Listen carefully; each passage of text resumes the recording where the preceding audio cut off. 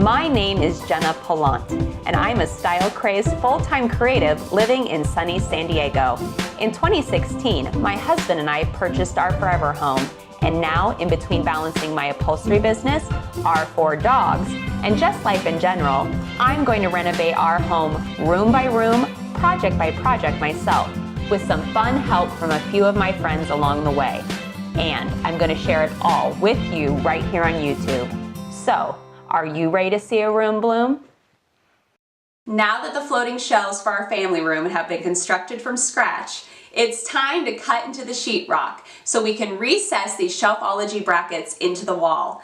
That way, once the shelves are installed, they will in fact appear to be floating. To do this, my contractor friend Steve brought over his handy dandy reciprocating saw for me to use. Man, I gotta get me one of those. We marked the top and bottom locations of each one of the brackets on the wall, and then I got to cutting, trying my very best to keep the blade as straight as possible to the lines we drew. Definitely easier said than done. Once all the needed sections of the wall were cut out, it was time to attach the brackets into the wall. We did this by first testing the opening of each cutout to ensure that we did in fact cut enough of the wall away. Next, we physically marked the location of each screw by drawing a vertical line directly below each 2x4.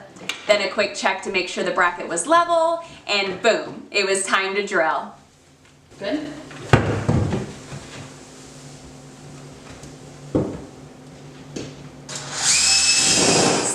In such new territory with these floating shelves, I found myself questioning what their overall sturdiness would be with only 4 screws holding each bracket in place.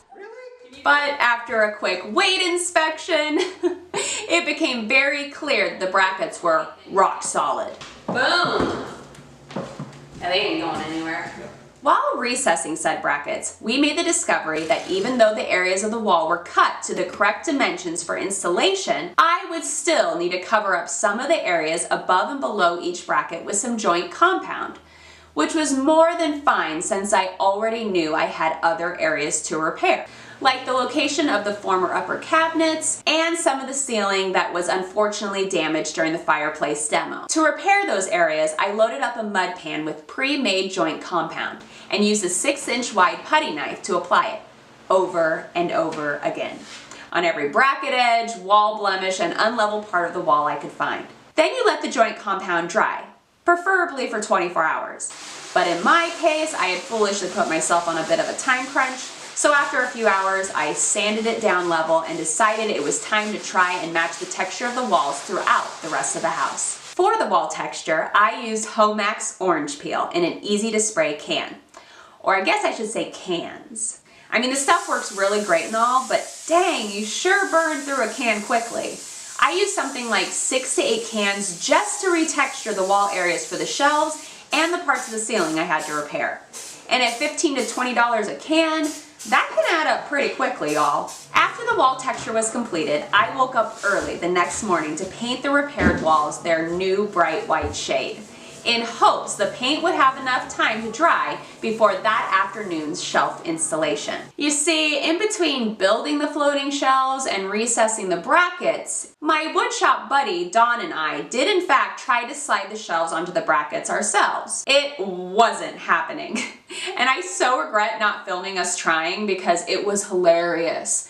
I remember at one point Dawn and I had one of the shelves above our heads. We're dripping in sweat. And we look at each other with the same defeated realization that getting the shelf onto the bracket was not a 2-person job. Thus, Dawn called in some reinforcements, which included our other woodshop buddy, Vern Larson, and a nice young man by the name of John Vanderveld, who also happens to work in maintenance at Palma Valley Country Club. John also brought his father along, so we had more than enough hands on deck for this awkward heavy lifting. With their help, we were able to secure all the shelves in place. Vern also had the great idea of spraying a little bit of great stuff into every hole of each shelf, so it would expand into the gaps around each bracket, creating an even snugger hold. And there you have it, folks. 6 floating shelves straight out of my Pinterest daydreams. I cannot wait to style these with different found objects and decor items. But first, paint. Tune in next week to discover what color from the Crayola box I'm choosing for these shelves. And feel free to guess in the comments below.